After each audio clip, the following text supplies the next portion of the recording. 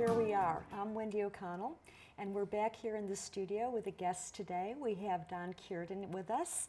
He is a registered psychotherapist specializing in trauma, PTSD, and addiction therapies. He worked at Turning Point here in town as a program coordinator, and he was a journalist for many years. Don is also an avid biker, a bike racer, and at one point he was an exercise physiologist. Welcome, Don. Hi.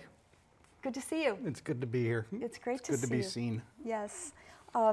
And we're glad to have you on the show. We know you've been in the studio before with Turning Point and a couple folks from Turning Point, and we'll get into that in a few minutes. You can give us a little snapshot of Turning Point in Brattleboro. But you grew up in Troy, New York, Kingston and Troy? I was born in Kingston. I grew up in Colony, New York, but my extended family is, they're from Troy. From that area. At a very young age, you started riding bikes and you started building bikes. You know, I grew up in the burbs, so the bicycle was freedom from mom's taxi, and it was a good way of getting from point A to point B. It was also, as I was dealing with the things that you deal with as a teenager, a great stress relief. So I would hop on the bike, and I had this 5-mile route mapped out, and I would just ride it as hard as I possibly could, and I got my time down to under 12 minutes or so, and that's a pretty fast thing for a kid on a Sears Free Spirit 10-speed. And there was a bike race that was going to happen locally, and listened to the ad on the radio, and my dad says, well, you do all that biking, you should be in the race. And I'm like, nah, Dad, there'll be bike racers there. I can't go to that. So I kind of did it on a dare. I think that was 1973, and put on Bob Maswick's CCM hockey helmet. There I was with my tube socks and my cut-off denim shorts and my Nike training flats, and I managed to get 4th place, and I was hooked. And that was before spandex, for one thing, right? Yeah, we wore wool then. Yeah, you wore wool. If you had like the official kit, it was it was merino wool mostly. Was there anything that you were really interested in or really focused on? Yeah, I liked art. I did a lot of leather work. I liked to draw. In high school, it kind of came down to, well, you've got an awful lot of talent with art. You're also great with math and science. I was not of the sort of family that encouraged, college education in the arts. So I went off to engineering school and was miserable for a while. But I liked art a lot. I read a lot, and I was on the bike a lot. Yeah. I rode close to 10,000 miles a year. Wow. Yeah. Wow. You built many bikes as well, right? I did. So one pivotal night when I was 15 years old, my buddy Les Young, my riding buddy, his brother Harvey, had read a copy of Bicycling Magazine and found that there was a custom bicycle frame builder in Albany, New York, over on Fairfield Avenue. I'm like, well, geez, that's not far. Yeah. So we hopped in the car and we went over there in a thunderstorm. It always happens in a thunderstorm.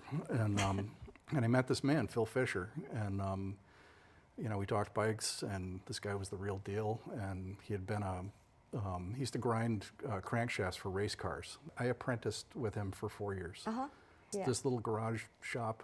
Yeah. Where magic happened. And you ended up in Brattleboro on a bike, too, I did. Yeah.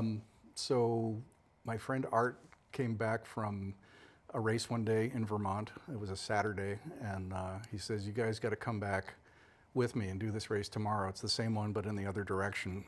And it's in Putney, Vermont. It's called the Tour of the Valleys. And so we piled into Ron Bass's VW microbus and putted over the mountain and got here. And it's a 60-mile one-lap road race. I can't remember where I finished that year. It wasn't great. I'm not a great hill climber, and it finishes right in front of Darrow's Apple Orchard on West Hill. And that's 1978. I live about 3/4 of a mile up from the finish line now, and my wife-to-be was in the girls' race. How did you land in Putney and really put down some roots? Good question.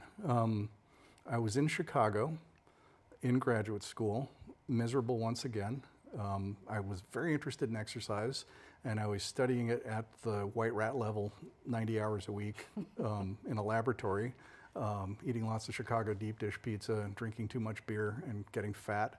and I was miserable. So I bought a copy of Bicycling Magazine, and in the back there was a ad. It said West Hill Shop, pleasant riding area, looking for a mechanic with 2-year shop experience, and I had at that point 5. So I spent the weekend with Neil, and this is Neil Quinn, West Hill Shop, and he hired me, and it was one of the best experiences of my life. Yeah, and so this is Neil Quinn, who so many folks in town know about it, so many folks out of town as well.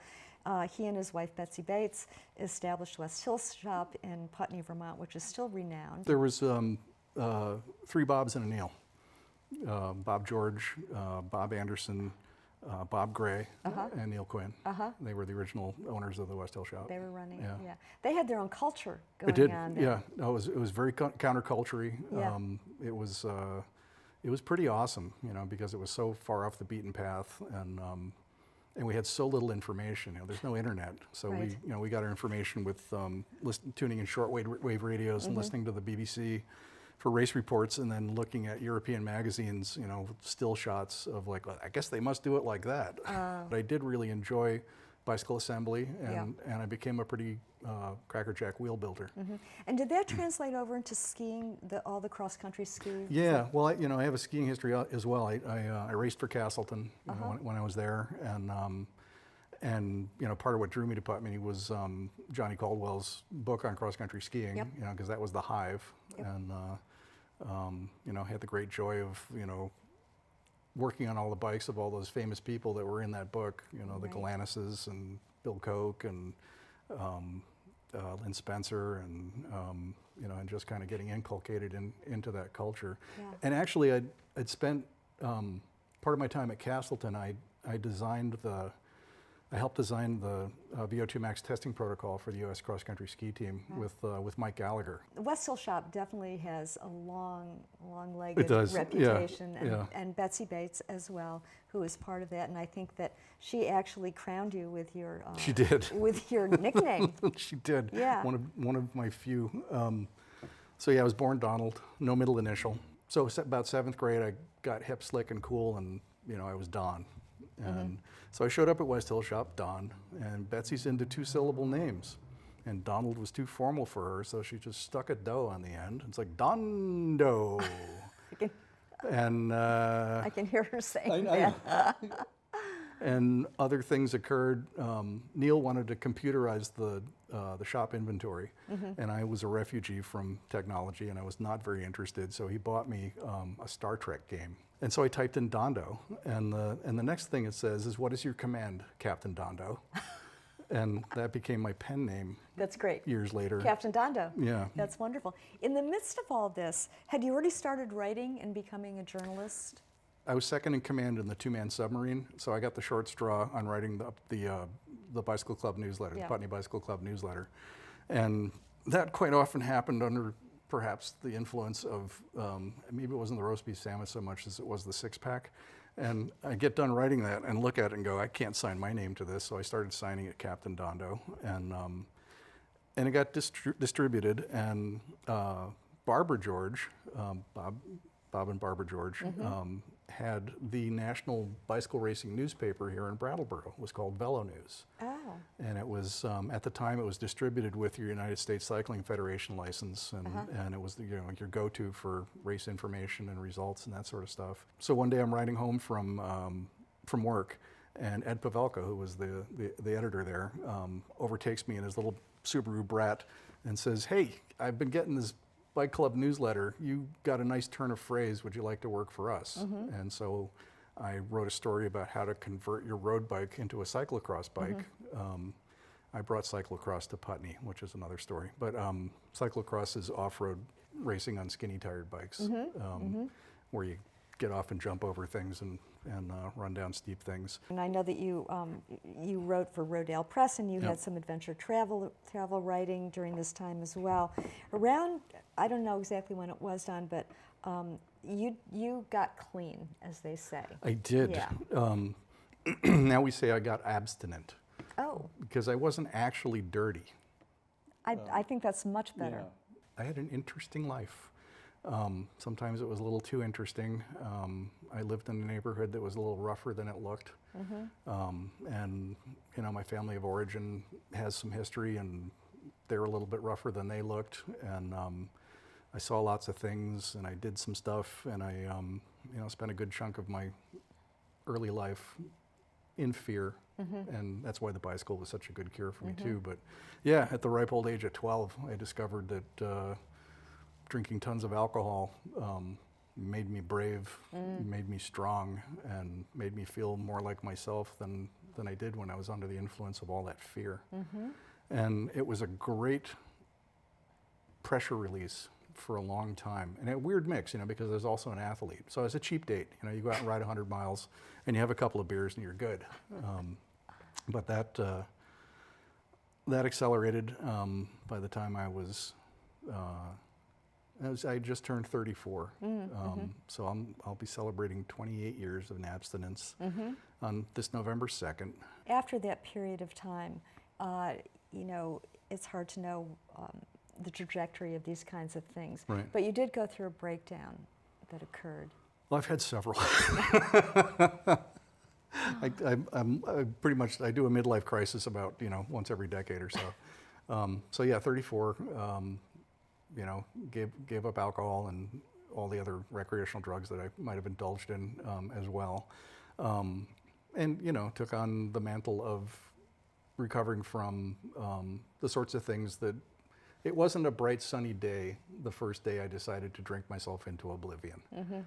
And I didn't really drink into oblivion. I just, you know, like I said, it was just the pressure release at the end of the day. I could perform all those other things as long as I had that for the relief. And it sort of demystified adulthood for me. It's like, oh, that's how you guys do it. You know, that's how you have like a job that you hate and go home to a wife that you're marginal about and, you know, own a bunch of stuff you don't care about. And I thought that was the way to live.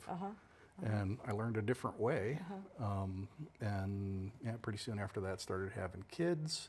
And, you know, you move the needle up a ways, and 22 years into, you know, that adventure, I just started feeling flat. So I used to go to these meetings, and I can't say what kind of meetings because that's part of the rules. But I was going to these meetings, and I'd see these guys sitting in the back row, and they'd raise their hand, and they'd say, hey, my name's Don, you know, just grateful to be here. I'd like to thank my sponsor and, you know, this program and my higher power that I did not have to take a drink today. And I knew that, like, he lived alone, and the guy next to him lived alone, and the guy next to him had a wife, but she's a ghost. And the next guy was living alone, and I'm like, I'm turning into them. And I wanted a juicier life. And so I started seeking other answers, and I got into another fellowship that explores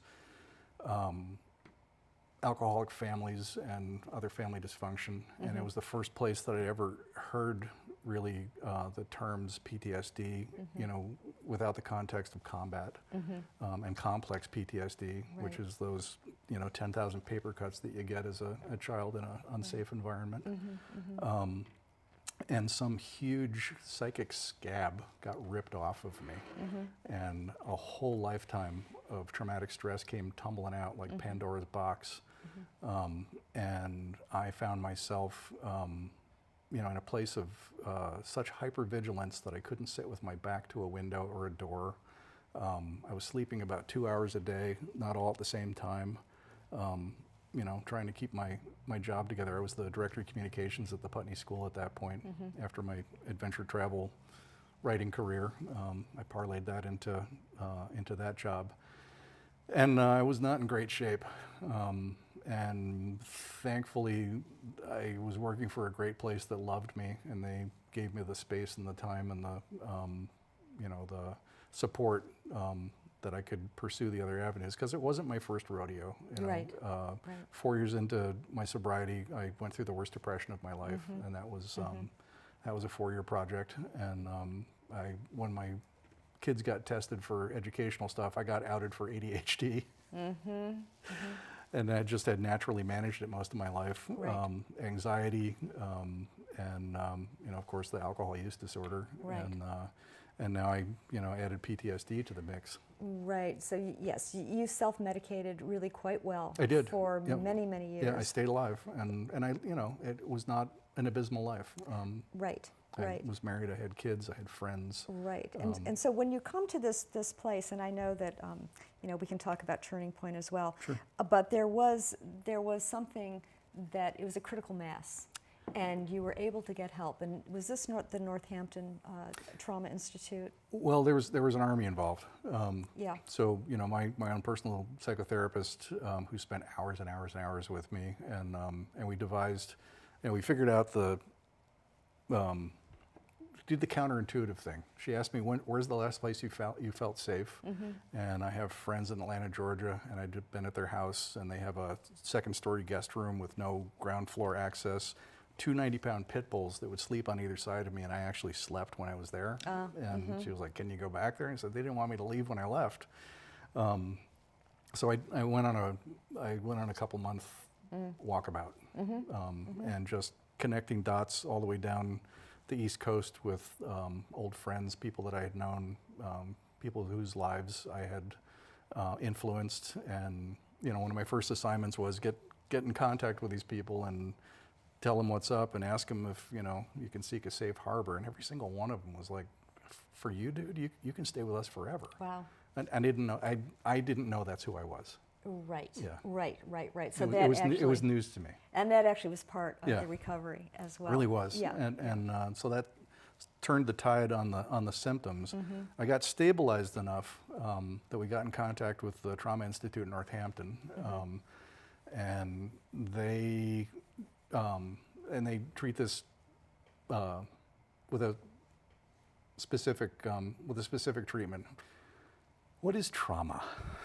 So the word means injury. So it's not a great word. And what we're really talking about is intrusive memories. And the symptoms of PTSD are things like flashbacks. It's like something reminds you of the bad thing, and suddenly you're there and dissociated and you're like in that place and time. Yep. It can be an exaggerated startle response. Someone taps on your shoulder and you jump.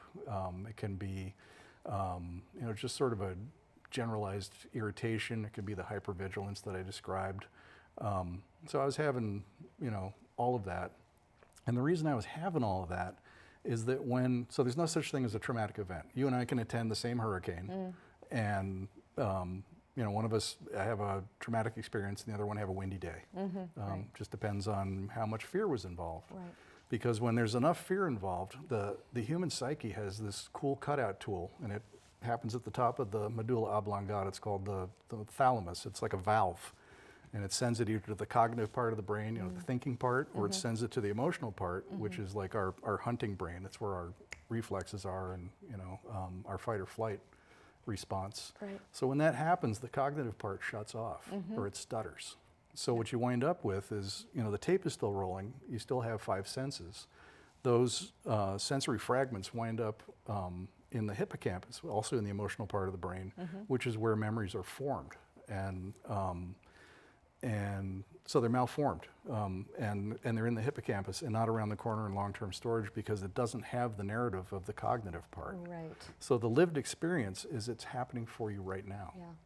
And I had a pile of stuff. You did. Yeah. Yeah. So because it's, so there's methods for moving those, reconsolidating those fragments into long-term memories. So back to the model of what a traumatic memory fragment is. So those things we put them behind a wall, and we know they're there, or like it's under the rug, but there's a hump in the rug, and it's the thing you have to hurdle over every day. It takes a lot of energy. Right. It sucks up. In computer terms, it's like random access memory. It takes a lot of energy, and it kind of, every once in a while you come up against something, like say you have an issue with authority figures, and a crying 2.5-year-old could be an authority figure. A boss could be an authority figure. Right. People that feel like they're going to die when they go to their job review, because it's rubbing up against this thing that's stuck in the hippocampus. Yeah. So the work that I do is to reconsolidate those fragments into complete memories, put them into long-term storage. And that's where the sticking point is, because when you have that much wind in the sails driving those behaviors, it's very hard to change them. Yes. Because it doesn't feel safe. The thing that I do creates that space where you do have the capacity to feel safe enough to change those behaviors. Yes, and so you've got different tools that you I do. bring out for people, Yep. and also I know that you do intensives as well. I do, because of the nature of the wound. So like a lot of psychotherapy stuff is behavioral change. You've got a neural map to a reward, and because of the miracle of PET scans, and we can actually see in brains that like the dendrites going to from the impetus to the result, they're really like robust and kind of ropey, and so those sorts of changes require practice, rehearsal, some failure. It's that sort of thing where if you want to master it, you do it 10,000 times. Right. The stuff I do is not that; it's a process. So when we reconsolidate a memory using eye motion desensitization and restoration, EMDR, or progressive counting, which is another form of distraction. It's a means of reliving the experience in your current self simultaneously with your younger self, because they're memories. So of course you were younger, whether it was yesterday or Right. 50 years ago. And what that does is it provides enough cognitive connection to the, or so goes the theory currently, to the sensory inputs, the fragments, that they consolidate into an actual memory. And I like to say I'm in the business of turning scary memories into bad memories. Yeah, wow. Because they're never good. But they're in a place where when you want to recall them, you can, Yes. and it's not in the forefront. You can lessen their power and their velocity, So a lot of what you went through, it's lived experience again, and you were able to do that.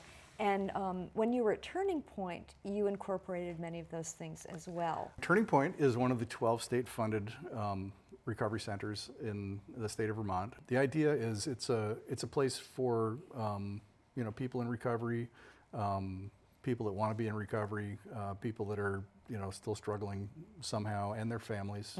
It's a safe environment for them to seek whatever it is they need. And it's, like I said, it's state funded. We also do a fair amount of grant writing to support other aspects of it. Right. But it's we're down there on right there, across from the New England Youth Theater. Right, where, it's Elm Street, I think. Yeah, actually, well, it's where or Flat comes Flat into Street. Elm, Yes, and yes. they all kind of come together. And I know that you've helped so many people. We've had at least one or two people who have been through the program and who are now facilitators themselves. Yeah. One of the things I think is really exciting, you have something called Project Care. Yes. Yes. Mike Fitzgerald was very much on board, our former Mike chief Fitzgerald of police. was way past on board. It's his brainchild. Was it? Yeah. Yeah. So he's one of the smartest men I've ever met, and I've met lots of smart men. And he showed up, and the standard procedure at the time was officers would be dispatched to an overdose and find evidence of drug activity, et cetera, things that were against the law, arrest people. So he gathered data, and over the course of a year, he realized that arresting people was not causing fewer overdoses. And he declared, we are not going to arrest our way out of this. So he convened everybody else in the town that had an oar in the water around, the opioid crisis. And it was reaching crisis proportions. In my own recovery, heroin has come back 3 times. And the first 2 times everybody died, or they lived some twilight existence of trying not to use. But this time it was thanks to OxyContin and Right. All those All the drugs that were painkillers kind of being handed out. Right. A lot of people wound up, especially when people started to realize that you could chop it up and snort it up your nose, and they changed the formula so it became gummy, and you couldn't do that anymore. The next natural place to go was heroin. Yeah. So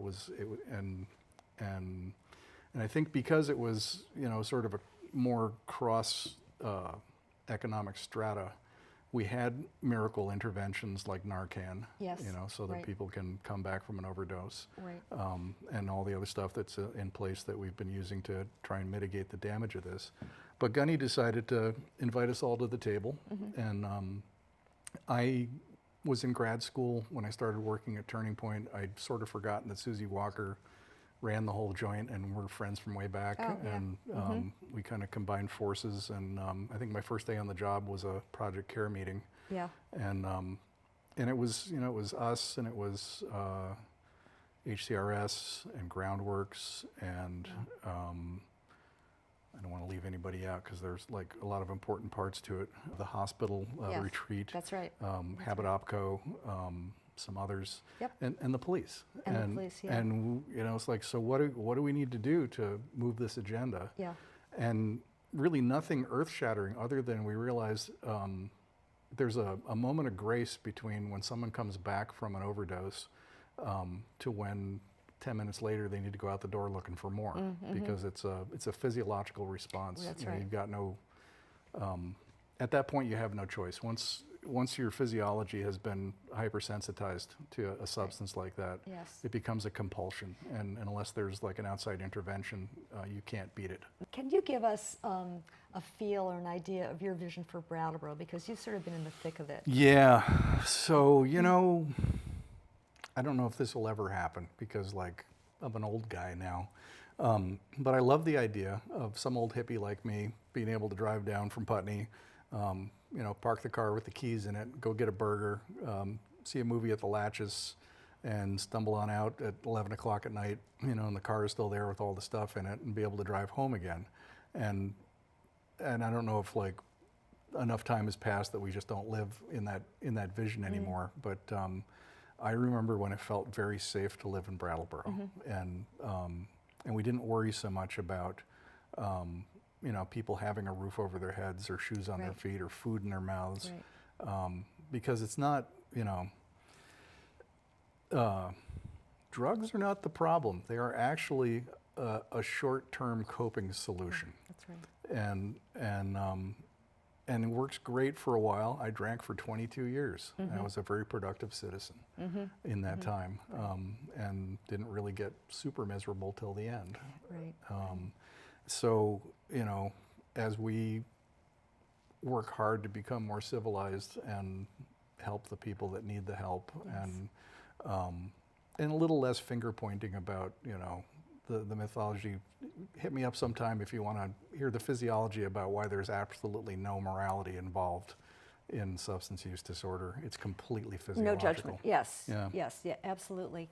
Well, thank you, Don. You bet. This has been a great bunch of information, some great stories, and I think all the things that you're doing in town and all of the people you're connected with now. And again, every show we see that more and more. The connections are what strengthen the community and bring us our awareness front and center into what we're dealing with and how to go about it. I do love this place. Great parting words. Thank you, Don. You're welcome. Yes. Thanks to all of you for joining us today. And we have so many people in this community doing so many incredible, interesting, fascinating things, helping each other. Stay tuned. We will be back, and we welcome you to come in and take a listen and tune in. Thanks so much.